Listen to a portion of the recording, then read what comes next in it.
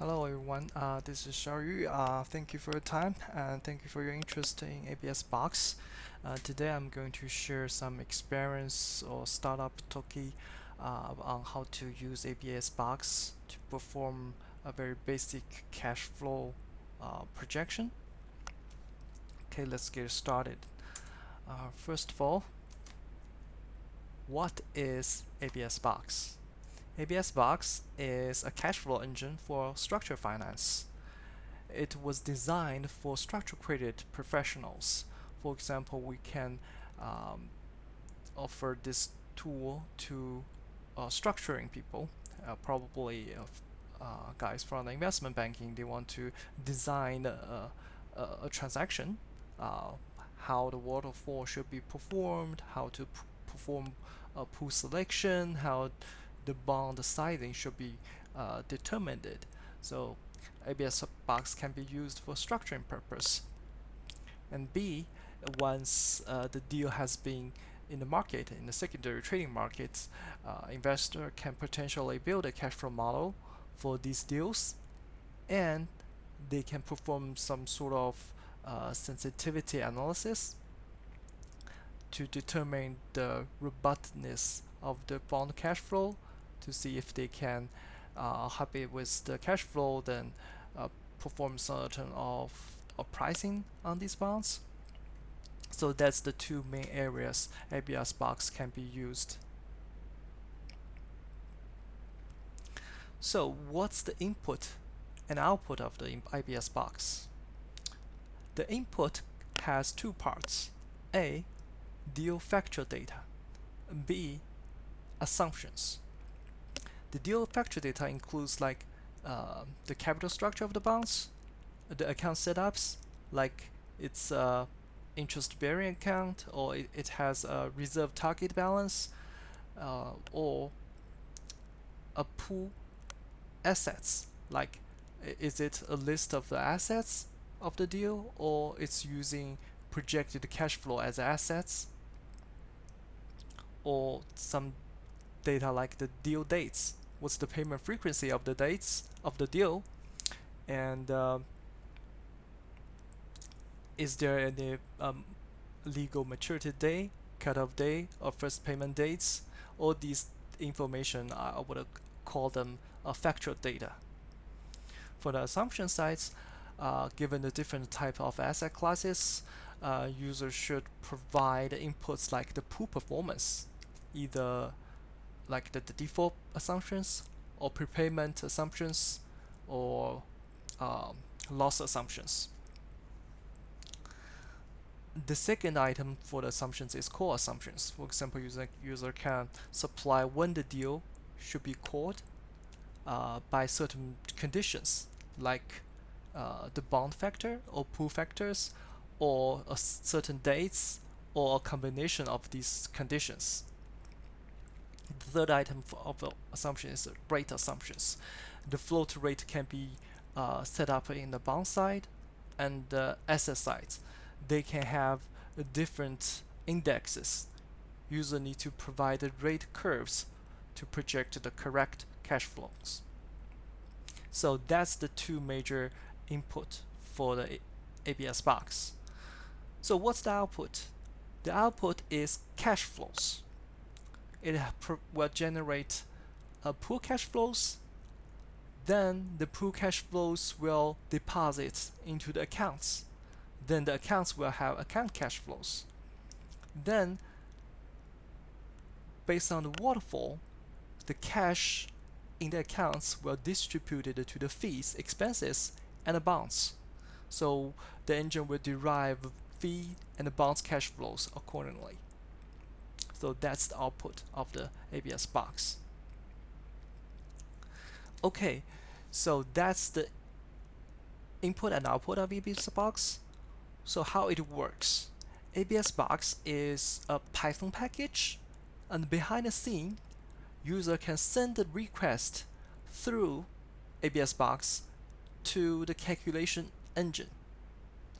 The calculation engine can be hosted as a public server, and if user have a very high privacy concern, they can set up their own calculation server called hash structure.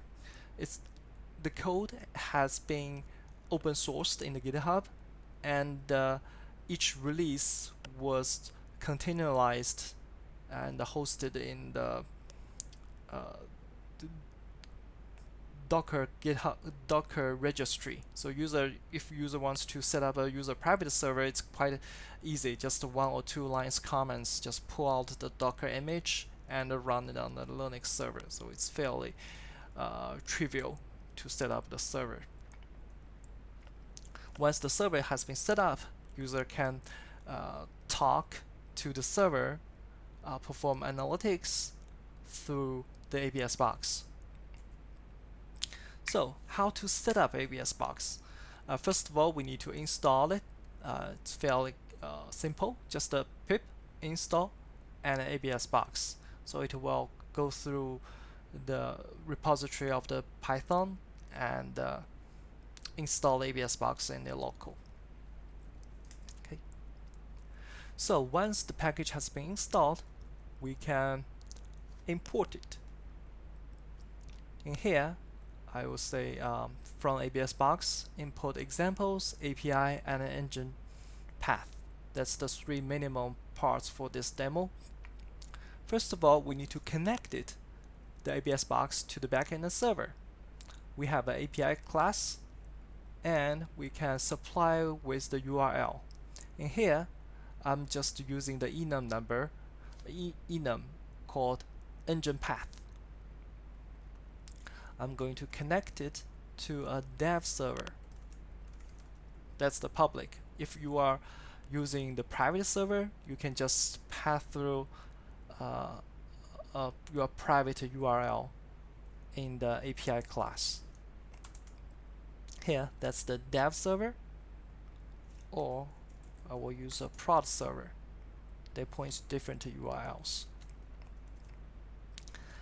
The second argument is language. Can just pass through English, so all the response from the headers will be represented in English. We have a third argument called check.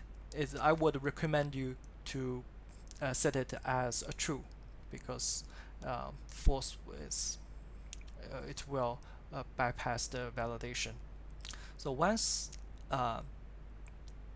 API instance has been externalized, I have a variable called local API. So that's the client API I would use to send a request to the backend server and to pass the cash flows from the server. Okay. Then in the package, it is shipped with example deals, which is cash flow models already been built. And here, this time I would use test 01. We can inspect this cash flow model. It has very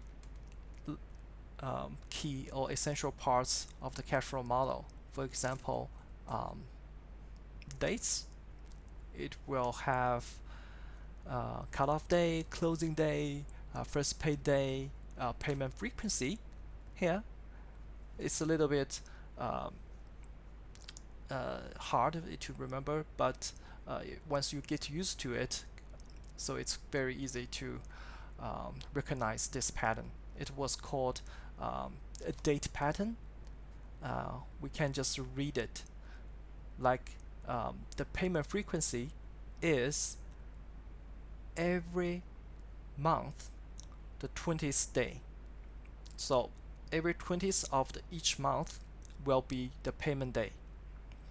Here it's a pool frequency. That means when by day on that day the SPV will collect all the cash flow from the pools. So that's pool frequency. In here it's a month first, which means the SPV will collect the cash from the pool on every first day of each month. The last one is stated, which means it's a stated the maturity date of the deal. There are other components very important is look like waterfall. Here, once the deal is in amortizing state, it will accrue and pay interest to the bond A with the cash from account 01. Once the interest has been accrued and paid, the next step for the distribution is pay principal to A1.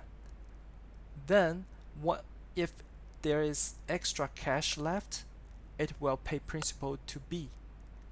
If there is any cash left, it will pay all the cash as interest residue to tranche B. So that's very simple of the waterfall, but it's important. Let's see. Okay, we can tell that okay, it's using mortgage as a pool collateral. And here we have assets as a key, a list as a value. In that list contains a list of assets. In here there's only one mortgage as an asset. It has the original balance, original rate, original terms, and the payment frequency, and how the loan was amortized. It's a level pay. Okay, that's the cash flow model we built from a generic class. User can build their own. They can visit the reference guide to see how to build a cash flow model or transaction. Once we have the deal built, we can set up the assumptions. In here, since the collateral loan is mortgage, we are going to supply with a mortgage assumption. We have a couple key inputs. For example, we have a CDR, CPR, and recovery rate and the recovery lags. The CPR and the CDR we can input with a singular value, or we can supply with a list or vector. That should be fine. Okay, once we have set up our assumptions, we can fire a run. Send out the factual data. In here is the deal, and we send out assumptions. In here is the pool assumptions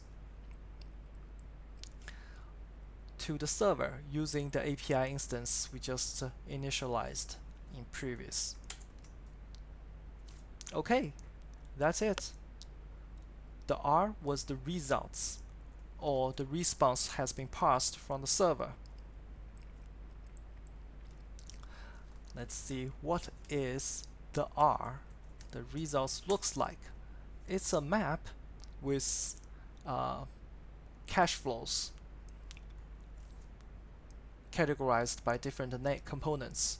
In here we can have account cash flows, bond cash flows, and pool cash flows.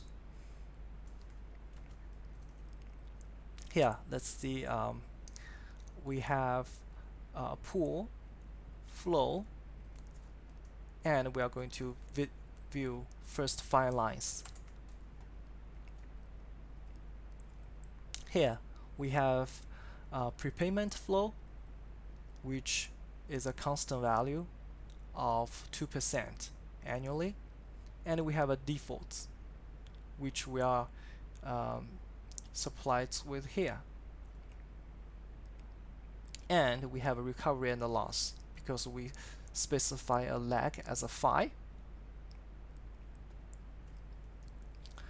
So let's see how bond flow looks like. Bonds, let's see, we have A1. In the bond flow we can see okay how A1 is getting the interest, principal, and if there's any interest due or interest over interest. we have a bound factor here and a memo which suggests um, the transaction happened in that specific day. For example, in here, in the 20th of the July, the bond has been paid with the interest and principal. Okay, um, let's see what if in that specific day how the waterfall is being distributed, by what order. We can visit the accounts. Let's see.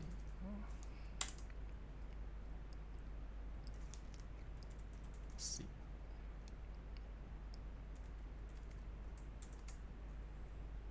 Okay, by that specific day, the waterfall pay out cash interest to A1 $3, and it will pay out all the rest 116 to the A1 as a principal.